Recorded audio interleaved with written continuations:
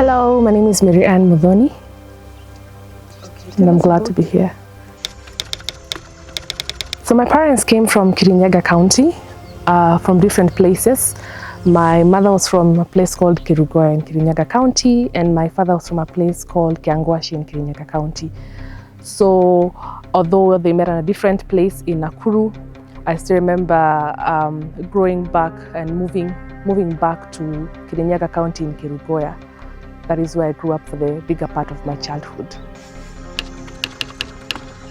So Kirinyaga County is a bit chilly in the better part of the year because, of course, it occupies the biggest side of Mount Kenya region and the coldest side of Mount Kenya region. And one of the things that I remember is, apart from the plenty of rain that used to happen in the bigger part of the year, I remember coming from school and then would take up a lot of time just walking slowly, eating the fruits of the trees, or just walking into people's farms mischievously because there were so many trees, and we knew every month the fruit that was in season. So we'd go and eat some of those fruits.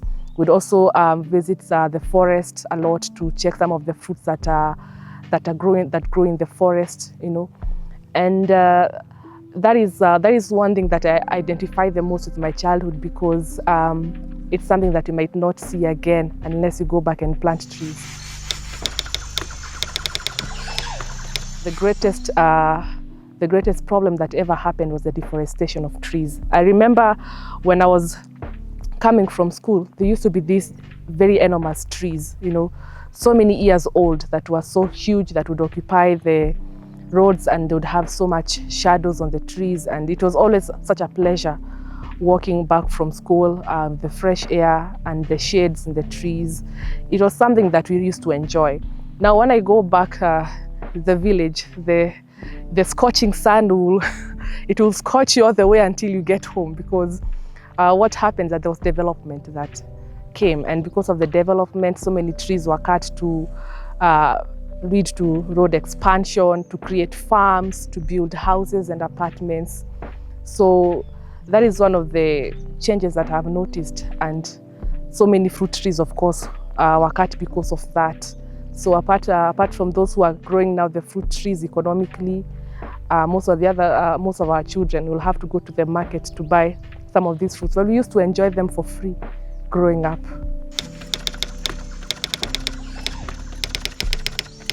One of the things that I have come to learn is that we need the environment to survive, is that we cannot survive outside of the environment. In fact, I do believe the environment can survive without us, but we cannot survive without the good environment. For example, if you weigh the two options, from how I grew up, when we used to have so many trees, so many gigantic trees, there used to be shade everywhere. We used to eat the fruits of the trees. There was always firewood that would come from the branches that are breaking and all of that.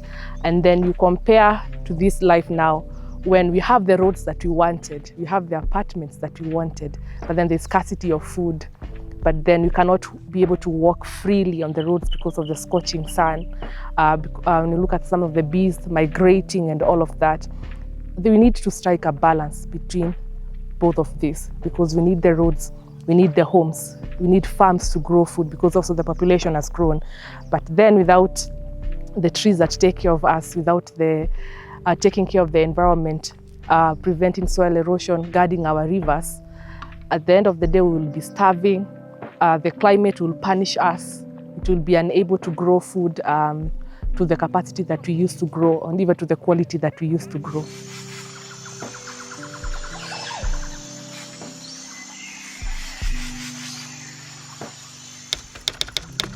I think the first and foremost way that we can take care of the environment is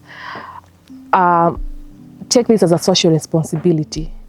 And when you talk about a social responsibility, I know this is a word that has been thrown all over about, let's have this as a social responsibility to take care of the environment. But we need systems, we need structures, all the way from the government to the nyumba kumi, to the neighbors, to the family level.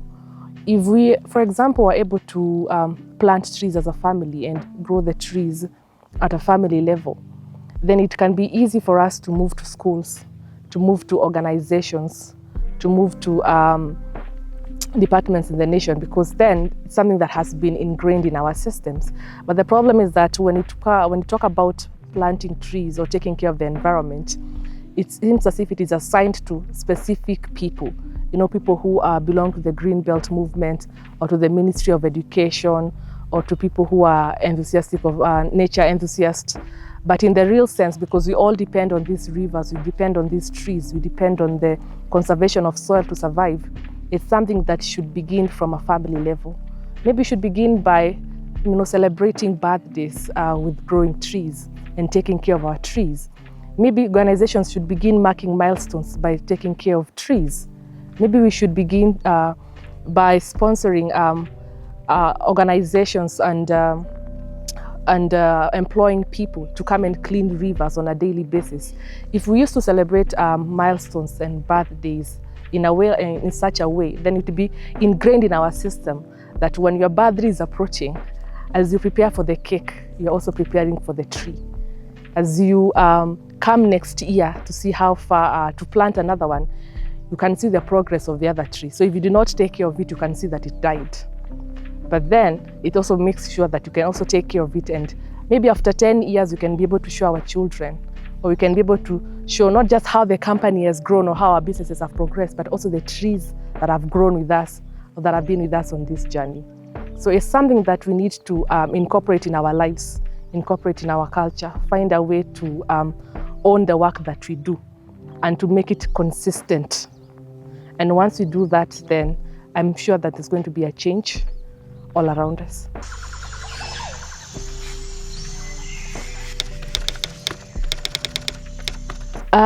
First, I love the fresh air, the breath of fresh air that you can pick from this forest. I mean, if it was possible, you can just move here and live here because of how fresh the environment seems to be. When you compare to, as you continue to go down towards the city, the air becomes something else. And if you have lived long there, you might not notice until you come up to the hills and notice the change, And even to see the ecosystem thriving, the bees, the insects, the flowers, the trees, it makes you see the other side of a well taken care of environment. For example, where we are standing, where the Green Blue Foundation Africa has been able to rehabilitate and to replant trees, you can see that there's a huge difference compared to the places that are looking a bit arid, dry, abandoned. As you stand there and as you stand here, there's some life, there's some joy. It's a home to so many creatures, and that gives us hope that things can be done and they can be a turnaround.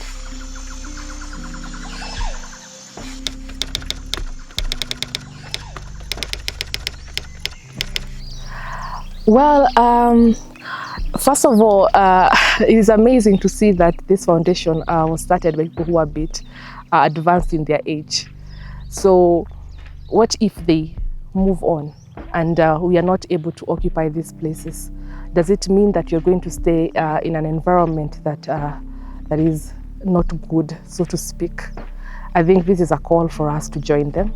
This is a call for us to identify with them, to belong, and to take over, because we have the energy, we have the resources, we are the ones who are working, we have the community, we know each other, we can communicate faster than them, we're in the socials, we can build communities faster than them.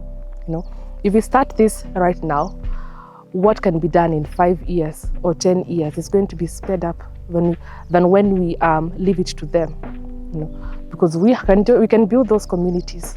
And what I love most about the Green Belt movement, the Green Blue Foundation Africa, is that they have put the structure in place to allow us to recruit as many people as possible without going out of our convenience, to build a community of millions of people and to have a social responsibility to see what we are doing so that we can be able to document this journey. So when we talk about, for example, what they have done, we can come here and we can see what they did. So if we begin now, 3 years will be in that area, 5 years will be somewhere else, and we begin to see what we have done. So I think that it is a very good initiative. Growing a tree, adopting a tree is something that I believe even the Lord smiles from where He is, because we are able to advance the life of even not just human beings, but the ecosystem that thrive in this forest.